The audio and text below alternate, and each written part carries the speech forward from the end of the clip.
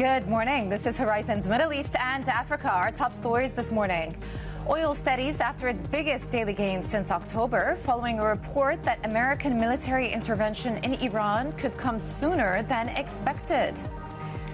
The Fed surprises markets by showing wariness about cutting rates at its January meeting, with several officials even considering hikes if price pressures persist. OpenAI nears a massive funding round that may exceed $100 billion. Amazon, SoftBank, NVIDIA, and Microsoft are expected to contribute.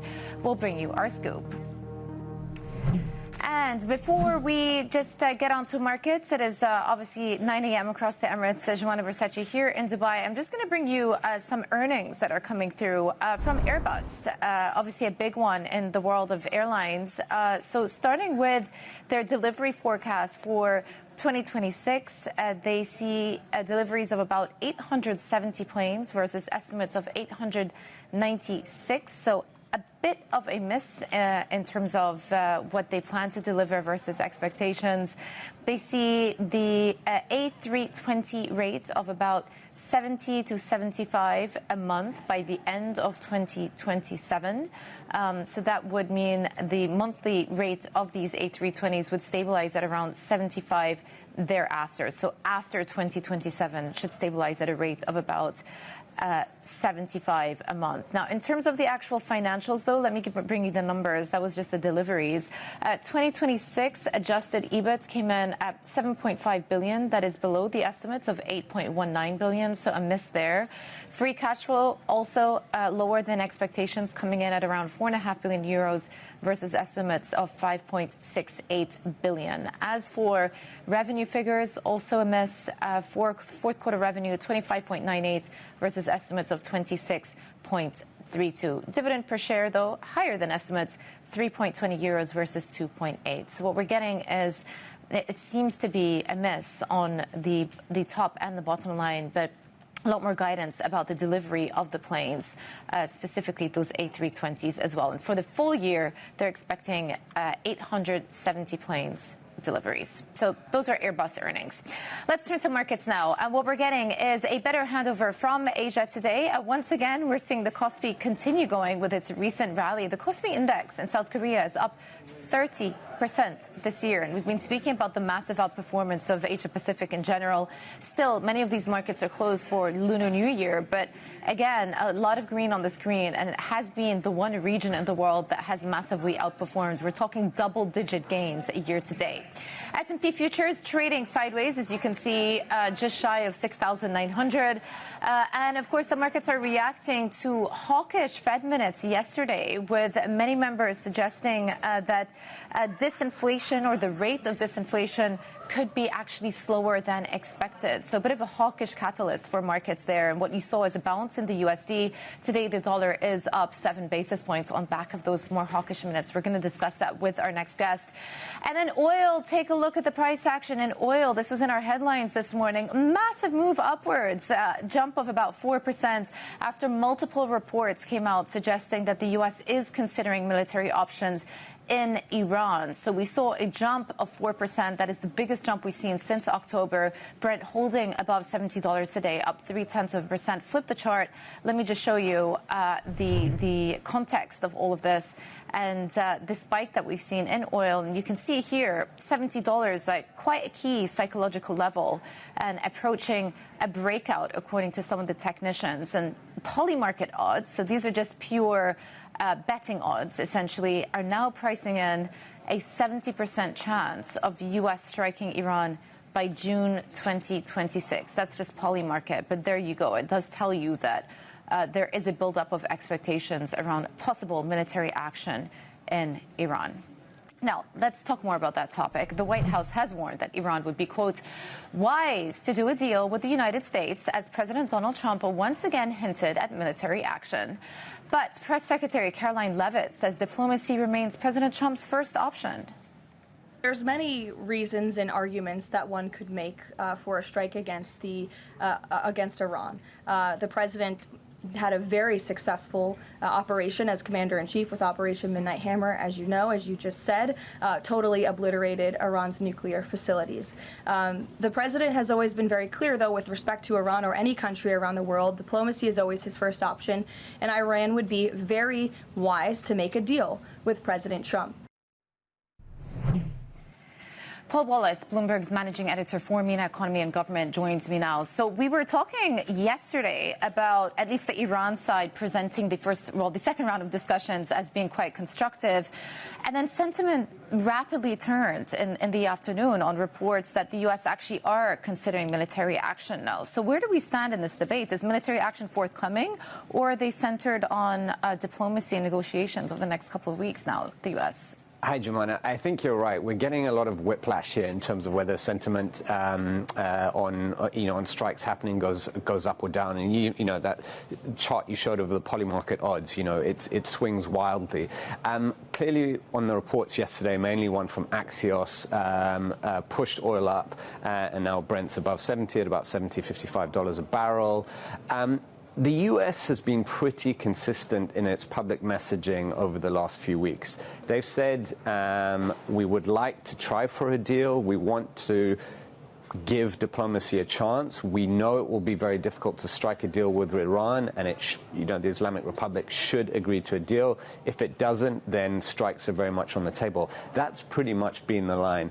I think what's happening in markets, and to be honest, beyond markets, is a lot of people are questioning how sincere Donald Trump and his officials are. They're saying, are the Americans trying to call Iran's bluff, lulling Iran into a false sense of complacency that will then, see the U.S. strike Iran all of a sudden when, they least expect it. We're in a bit of a holding pattern as far as the talks are concerned. The next step is for Iran to come back to the Americans with written proposals. So this is what I was going to ask you. What should we be watching out for over the next couple of weeks in terms of potential progress between Iran and U.S.? Yeah, I think certainly those written proposals, whenever they come, I think, it sounded like Iran has roughly 2 weeks to get back to the U.S. with those. And then America is, if it's satisfied, will then agree to a third round of talks. We don't know where those will be. In the meantime, I think we do have to watch the buildup of American military forces. Trump has already amassed a huge amount of firepower there. We have 2 aircraft carrier groups in the region. A second one is either there or it's arriving very soon. Huge amount of aircraft and troops on the ground. From the messaging from the U.S. military seems like it's ready to go at a moment's notice if Trump does decide to strike. But as I said, the public messaging for now is that the Americans are going to let diplomacy work, and that they haven't yet run out of road. They're going to wait for Iran to get back to them. Of course, this could all be a bluff, and the Americans could be planning to strike very, very soon when sort of Iran doesn't expect it. Paul, thank you so much. Paul Wallace, Bloomberg's managing editor for MENA Economy and Government. Well, coming up, we'll discuss the dollar after the latest Fed minutes showed a surprise shift in attitude towards cutting rates. This is Bloomberg.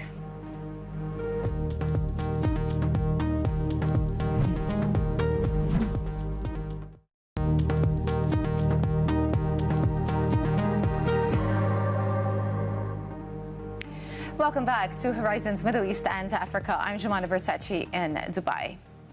Well, the dollar edging higher for a second day as currency traders bet that the Fed won't be able to deliver 3 rate cuts in 2026. Money markets are pricing about 60 basis points of rate cuts by the end of this year. And for more insights, joining us now is Parisha Saimbi, BNP Paribas FXLM strategist for EM Asia. So let's start with the Fed minutes yesterday. Bit of a hawkish surprise for those who might have been expecting the Fed to sound perhaps a little bit more dovish into the second half of the year, but not a gift for the doves out there. Yes, absolutely. So I think there's a few things that we could pick up on. But firstly, there was a kind of only a small minority of the Fed members that may continue to view that the labour markets might be flashing red. I think more interestingly, though, there seem to be a significant number of those on the committee that view that perhaps it's time to shift to a more symmetrical bias on their policy stance. So, putting an equal weight between rate hikes and rate cuts from here. I think that's the thing that it's most surprising, I would say, from the minutes. And this is consistent for us with our long-held view that the Fed will keep policy rates on hold for a long time now. So I think after digesting the minutes overnight, we do think that actually the Fed may consider shifting at their March or their April meeting to kind of reflect some of those points about a more symmetrical target. And ultimately, that could keep the Fed on hold for some time and prevent the potential of a wash-led Fed from delivering those potential politically motivated cuts. Okay, so is this the hawkishness that is going to provide some support to the USD here? We were thinking about catalysts for what would stall the decline in the greenback that we've seen over the past year. Is this it? More hawkishness out of the Fed? I think it's certainly one element that could, but there are still other things that we need to consider. And actually, coming up this week, we could potentially get another one of those dollar weaker catalysts if we see the ruling from the US Supreme Court on whether those tariffs under the IEEPA framework are legal or not. And we think that if they are deemed illegal, this could catalyze some further dollar weakness because we think that it could raise concerns about tariff revenues and ultimately then the US's fiscal position. So the broad view for us on the dollar is actually one that's relatively balanced this year. And we will go through these periods where it stays stronger because of the data and maybe the more hawkish Fed, but could also trade weaker if we get some of these kind of almost tail risk type events.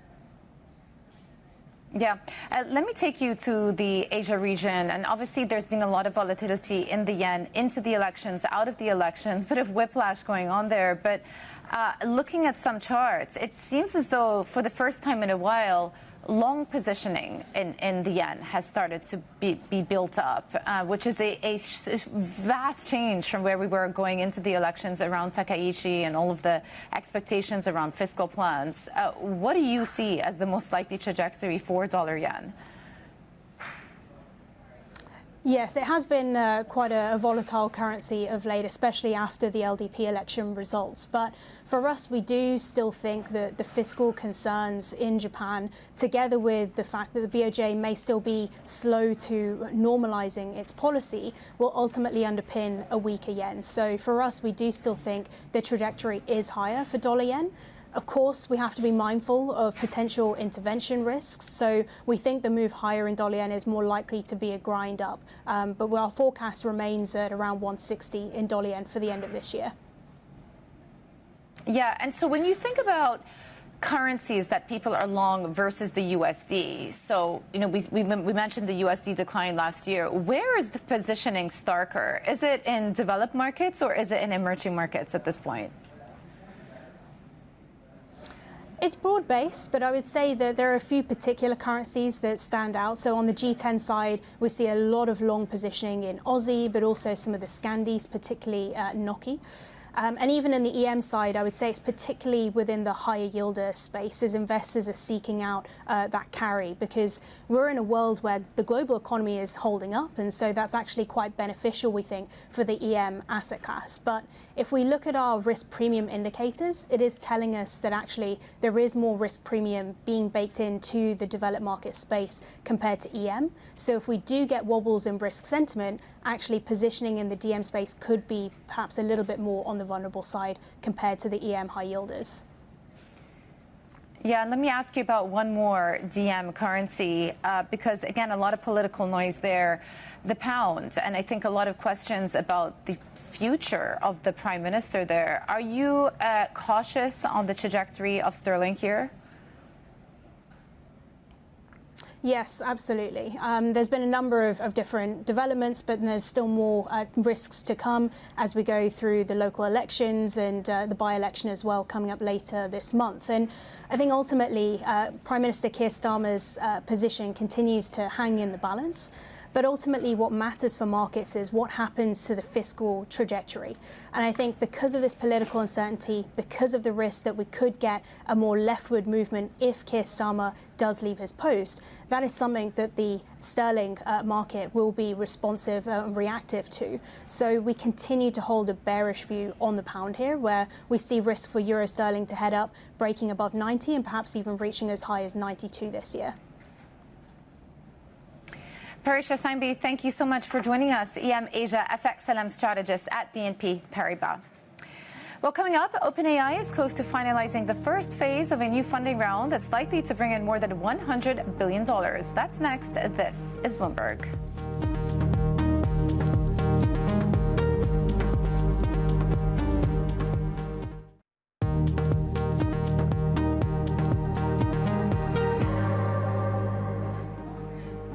Welcome back to Horizons Middle East and Africa. I'm Jumana Bersachi in Dubai. Microsoft's president says the company is on track to spend $50 billion by 2030 to expand AI infrastructure to the global south. Brad Smith sat down with Bloomberg's Haslinda Aman on the sidelines of India's AI Impact Summit. I think it remains a critically important partnership for Microsoft. We bet on each other, but it's not as exclusive as it was, say, a few years ago. OpenAI uses our compute, they train models in our data centers, but they work with other companies as well. We critically rely on OpenAI's frontier models. They are among the best. On many days, they are the best in the world, but we have a relationship with Anthropic. We use open source models. We're developing our own models. So on both sides, we work with more partners. But I think the partnership between the two of us remains an imperative. It's a huge priority for us at Microsoft. The question is why? Is it a hedge? Is it a strategic pivot? How would you describe that move looking at alternative partners? Well, look, if you want to think about the partnership between OpenAI and Microsoft, all you have to do is ask one question. Would any of this generative AI sector even exist if the two of us had not come together? OpenAI created something that no one else even understood was possible when they launched ChatGPT. And OpenAI could never have created that without Microsoft's compute and really frontier data centers on which to train that. We built something special. We'll each do special things on our own. We'll each do special things with other companies. We'll each do, I think, very special things with each other. Just one final question, because we're running out of time, apparently. Copilot, is it losing traction? I don't think so. It's gaining ground. It's getting better every week. It's getting better every month. I say this as a user, not just of M365 Copilot, but our consumer Copilot, our researcher agent, our other agents. You know, we're seeing usage grow. We will continue to add features and functionality. I personally think it is an important part, not just of Microsoft's past and present. It is a key part of our future. It is a key part of, I think, making everyone more creative, more productive. I certainly find that in my own work each and every day. Microsoft President Brad Smith speaking to Haslinda Aman. Well, Bloomberg has learned OpenAI is close to finalizing the first phase of a new funding round that's likely to bring in more than $100 billion. The record-breaking financing deal would give the startup additional capital to build out its artificial intelligence tools. For more on this story, we can speak to Bloomberg's Annabelle Jewelers in Hong Kong. Really interesting, Annabelle, to hear Microsoft president talk about their partnership with OpenAI. But as it pertains to funding, who do we know is investing in this latest round? Yeah, well, it's names who've actually been reporting so far. So there's Microsoft, as we just heard there. Brad Smith really detailing how perhaps none of the technology that we see today wouldn't have existed if OpenAI and Microsoft hadn't come together in the first instance. So they're one of the investors. But the primary one actually is shaping up to be Amazon in this funding round. They're looking to put in around $50 billion. That's according to our sources, although, of course, these amounts could all change. SoftBank as well, looking to invest as much as $30 billion. And NVIDIA looking to invest around $20 billion. So that's what we're hearing from people that are close to the matter. There are some T's and C's, I guess, to be aware of. So what we're understanding, again, is that Amazon, their commitment could also include OpenAI using more of their chips. We do know that Amazon has been working to build out its chip capabilities, essentially. So an interesting point there, and an interesting one as well, because we've been hearing NVIDIA might have been cooling on the deal, but it does seem like OpenAI is certainly trying to expand its network here. And those are those strategic investors that we spoke about. What is the scope to broaden up the type of investor that is putting money into OpenAI right now? I can imagine it's a bit of a scramble to get to participate in these funding rounds. What's the plan for later on?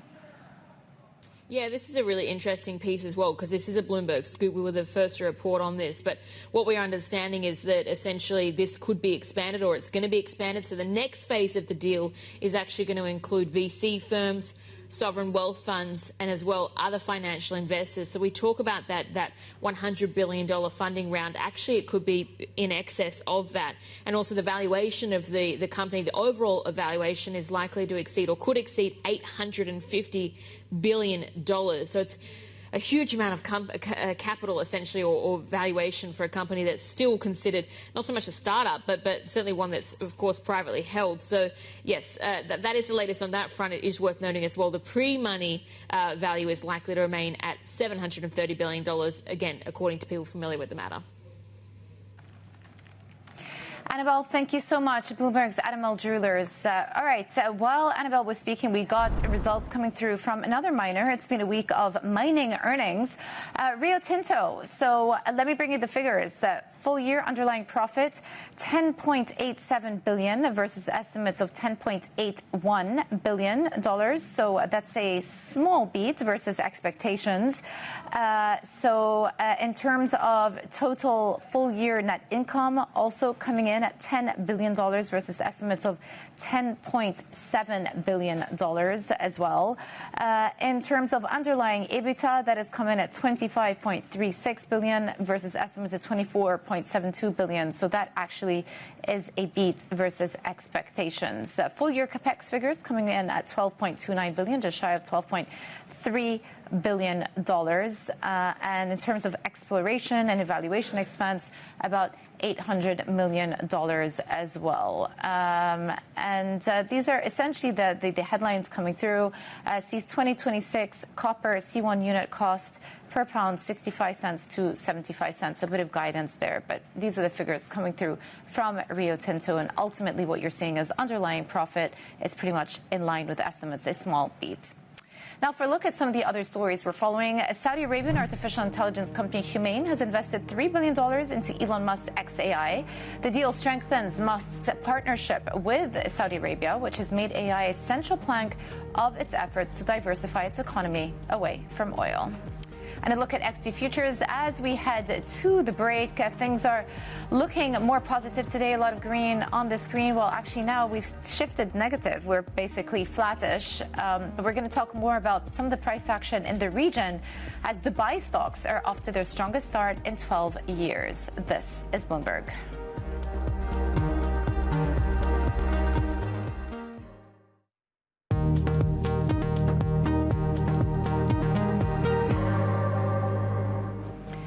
Good morning. This is Horizon's Middle East and Africa, our top stories this morning. Oil steadies after its biggest daily gains since October, following a report that American military intervention in Iran could come sooner than expected. The Fed surprises markets by showing wariness about cutting rates at its January meeting, with several officials even considering hikes if price pressures persist.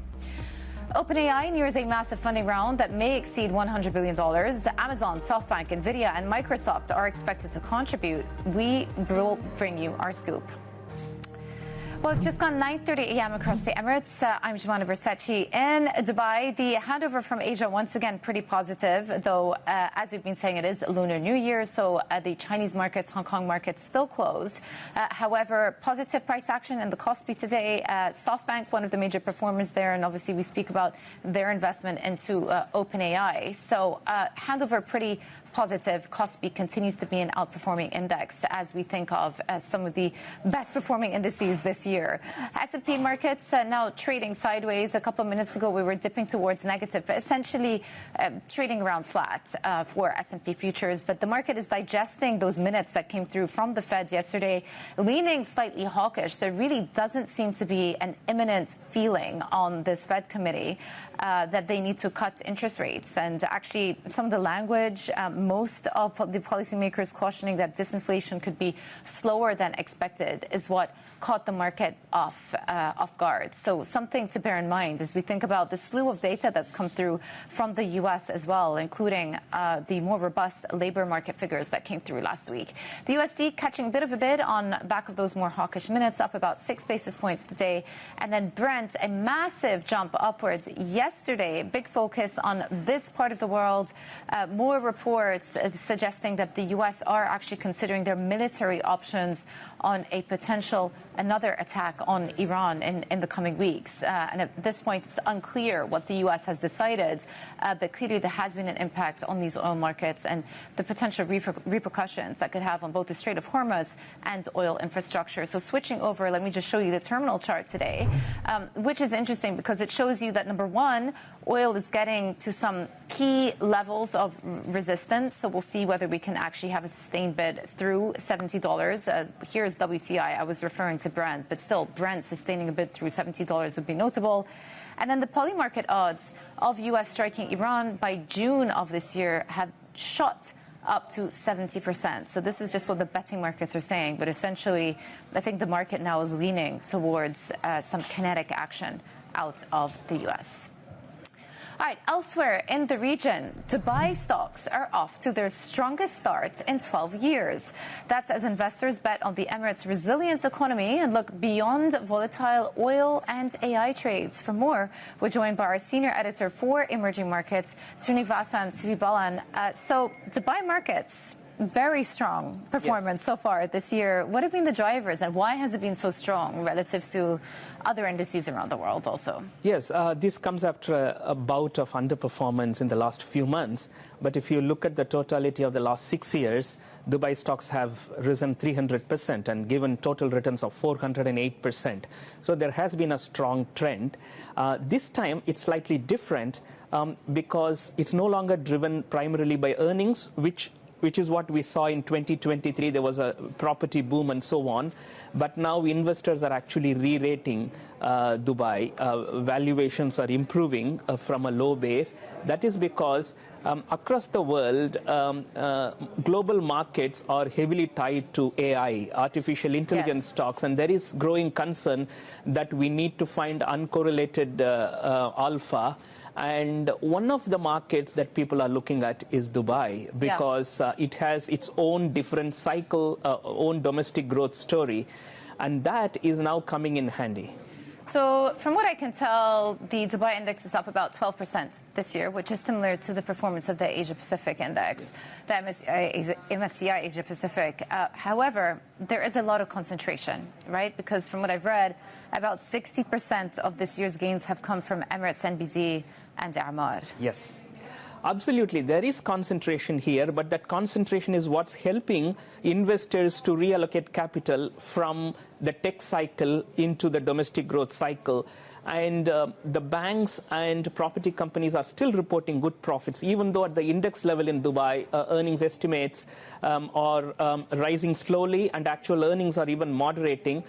You are seeing that banks and property companies are doing well so far. And yes, that risk is there. If there is a property pullback, if interest rates go up, come down and net interest margin gets squeezed, this rally could slow down. But you can already see it in the analysts' expectations because they are pricing for, not for perfection, but for moderation. Okay. Srini, thank you so much for bringing us that story on the big outperformance of the Dubai stock market index this year, as Srini Sivibalan, our senior editor for emerging markets. Well, Google DeepMind CEO Demis Hassabis says India has huge potential in AI thanks to talent building up in the country. He spoke to us alongside Alphabet's Senior Vice President James Manika at the AI Impact Summit in New Delhi. I've worked on AI my whole career, my whole life, because I believe it could be the ultimate tool to accelerate scientific discovery and medicine, and also help with some of the other grand challenges facing society today, like climate change and energy. All of these things I think AI can help and be applied to. On the more individual scale, and maybe also for India specifically, I think that this incredible technology, powerful technology, is sort of available to almost everyone around the world, maybe only with a lag time of a couple of months behind the absolute frontier. So what I imagine if I was a young person today thinking about working in technology, maybe building a business, is I think there's incredible untapped potential here. And using these technologies, you can almost sort of become superpowered. You can kind of do 10x of what I think an individual engineer could have done in the past. And so I think there's incredible new business opportunities and new types of jobs that will be even more high earning and more valuable and more fulfilling than perhaps some of the jobs that will be disrupted by AI.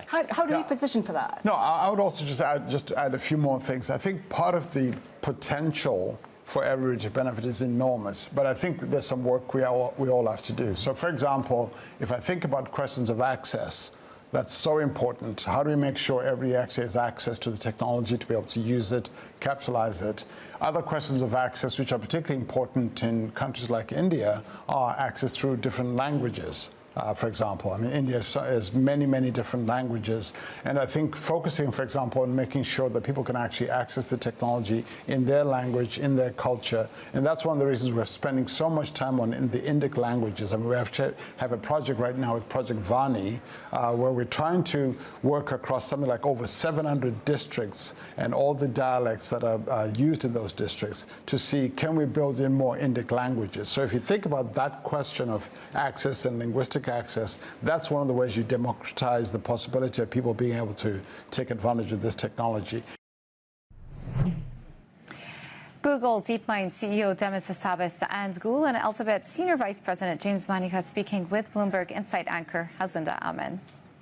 Well, coming up, African sovereigns tap global markets as borrowing costs fall. We'll bring you that story next. This is Bloomberg.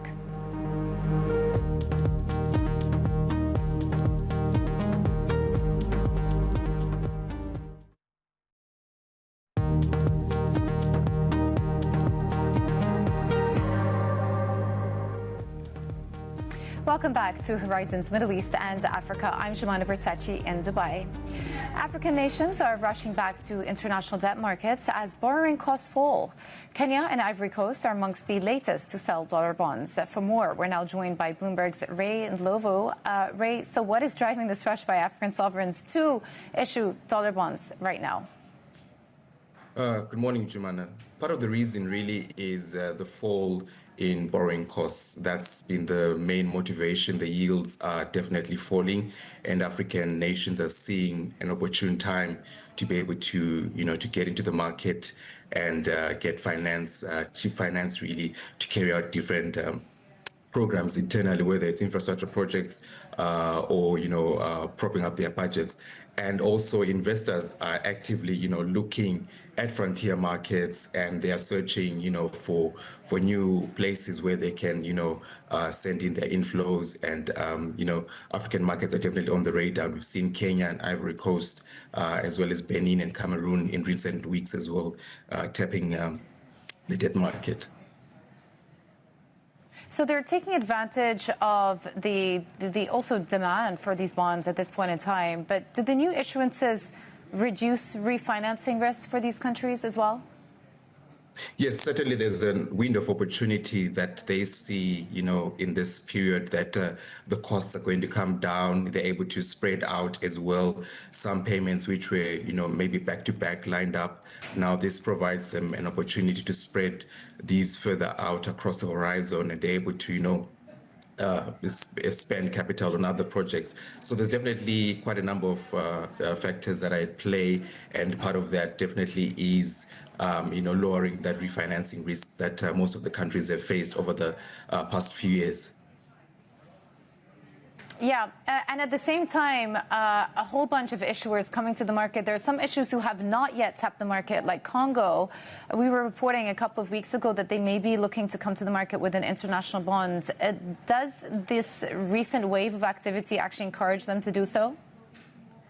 Yes, certainly. I think it gives them a sense of where the yield is and what investors out there are looking for, and it gives them a guidance. We do know that the Congolese authorities as well were in London on a roadshow, basically speaking to investors about their plans for this debt issuance. So they would definitely be looking quite closely at what's happening right around them, and sort of like getting a sense of where the market is and looking for a window where they could also possibly see them making that issuance. And they're looking for about 750 million in the first tranche of an issuance, which would be their maiden bond this year.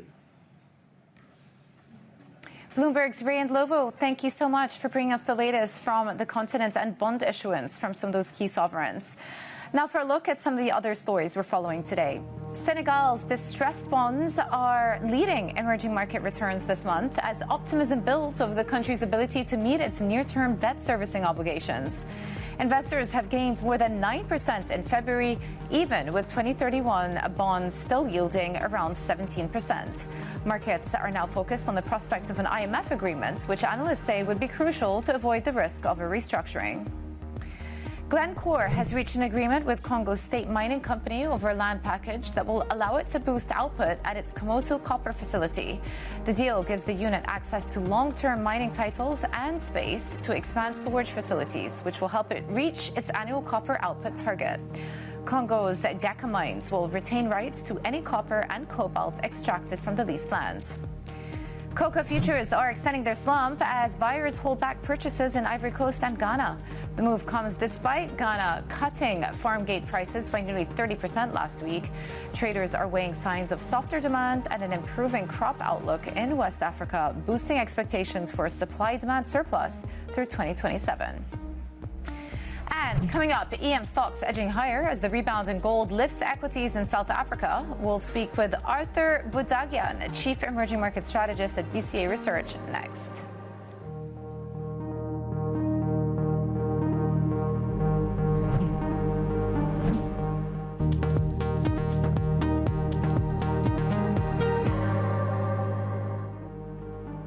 Welcome back to Horizons Middle East and Africa. I'm Jumana Bersachi in Dubai.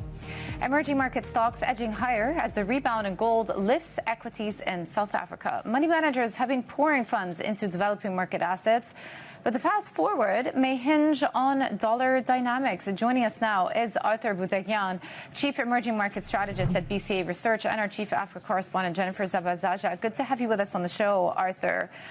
So let's talk about the role the dollar is playing in driving some of the performance of emerging market assets. And recently, obviously the theme for 2025 was the weakness and the decline in the greenback. Yesterday, we had more hawkish Fed minutes, which suggests that it's not a done deal that the Fed are going to be cutting interest rates the rest of this year. How does that set up the backdrop for EM assets looking ahead into 2026 if the dollar sort of stabilizes around this level? Yes, I think dollar has been critical factor driving emerging markets historically and also last year. And last year, dollar weakness has been treated as a reflationary for emerging markets. Going forward, I believe dollar will continue falling. Dollar will be falling substantially versus DM currencies like Japanese yen, euro, other European currencies.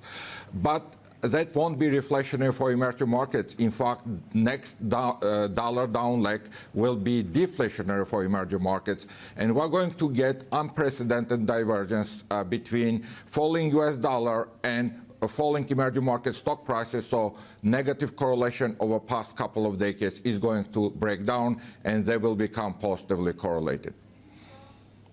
Arthur, can you just expand on that thesis a bit? Because it sounds like you're saying potentially we do see a weaker dollar, but that doesn't necessarily correlate with a bullishness for emerging markets. And potentially then we won't see more U.S. portfolio outflows. What gives you that conviction that that will actually play out? So I'm calling for regime shift, paradigm change in a global investment landscape, where a dollar decline will be deflationary, not reflationary for the rest of global economy, including emerging markets. The main reason is U.S. Running very large current account deficit, funding by portfolio flows. I would call it at this point hot speculative inflows into U.S. stocks. I believe inflows into U.S. stocks will diminish substantially, and decline in capital inflows in U.S. will necessitate current account deficit narrowing through weaker imports. So U.S. dollar has to fall to shrink U.S. imports. And U.S. import shrinking is negative for global manufacturing, global exports, and emerging markets are playing on global manufacturing like Asia, or commodity prices which move with global manufacturing in Latin America or South Africa will be negatively affected too.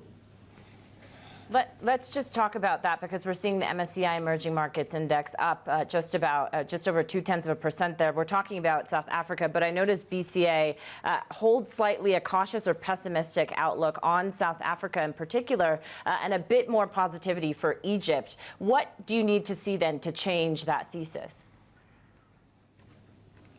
So I think if commodity prices, gold, platinum, copper prices, iron ore prices decline, which is my baseline scenario for next, let's say, 6 to 12 months, South African equity market and currency will take a hit. So that's why we're at this moment underweight South Africa. From structural perspective, the main two variables that affect our view, it's a lack of investment, which makes sure, kind of leads to low productivity gains in South Africa. So potential GDP growth has been and will remain low. And public debt in South Africa is on unsustainable trajectory. So that's another concern we have about South African financial markets. Yeah, pretty anti-consensus, I've got to say, because most of the people that we've spoken to are pretty bullish about the prospects for South African macro over the next year. But I do have a question for you as it pertains to risky assets. Very clear where you stand on that debate. You do see a deflationary driver coming through from the U.S. That should, in theory, be bullish for fixed income. We were just speaking about on the earlier segment the fact that many African nations are taking advantage of the demand for EM bonds right now. What is your outlook for emerging market issued bonds? I think we should differentiate between two asset classes: emerging market local currency debt and emerging market U.S. dollar debt. I'm very bullish on emerging market local currency debt. As I said, dollar will be falling, not only versus DM currencies, but also against many EM currencies. So falling dollar and disinflationary shock globally will ensure that many central banks in EM will be cutting interest rates. So that's why investors want to own local currency bonds across emerging markets. Our favorite bond market is Mexico. We have been long that market and recommend quite large exposure. As to emerging market U.S. dollar bonds, spreads are very low, close to historical low. And if corporate spreads in U.S. start widening, this asset class will be hit. So I believe domestic bonds will do much, much better than U.S. dollar emerging market bonds. Arthur, what is the risk to that viewpoint, in your opinion? What are you potentially seeing that could challenge how this trajectory ultimately plays out, in your opinion? So I'm making one assumption that the rest makes my rest of my view kind of play out mechanically, that portfolio flows into U.S. will decline. In the past 12 months, foreigners bought 1.5 trillion of U.S. securities, equities and debt securities on net basis. And I believe over the next 12 months, this number will be well below 1 trillion, let's say 700, 800 billion. So if portfolio flows into U.S. decline over the next 12 months, dollar will fall to force adjustment in U.S. imports current account balance. So if portfolio flows into U.S. do not decline meaningfully, my view will be at risk. It most likely will not play out. Arthur, thank you so much for joining us today on the show. Arthur Budaghyan, Chief Emerging Market Strategist at BCA Research, and our Chief Africa Correspondent, Jennifer Zabazaja. Now for a look at some of the other stories we're following today. Abu Dhabi's Mubadala and one of its units boosted their positions in a Bitcoin exchange-traded fund during the fourth quarter. Their cumulative stakes were worth more than $1 billion, according to filings from the funds. Mubadala's move came despite a general downturn in the cryptocurrency market. The U.S. says it's withdrawing forces from Syria because the government of President Ahmed al-Sharaa is now exerting control of the fight against terror groups. The Wall Street Journal reported the U.S. was in the process of withdrawing all of the estimated 1,000 troops it maintains in the country. And a look at markets before we head out. This is the screen. We've got now S&P futures leaning towards positive, a better handover from the Asian session.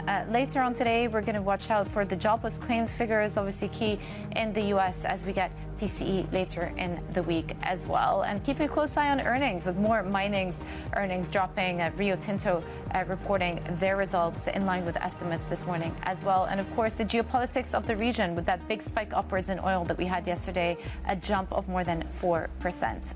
But that is it for Horizons Middle East and Africa. I'm Jumana Bersachi in Dubai. Stay with us for Daybreak Europe. This is Bloomberg.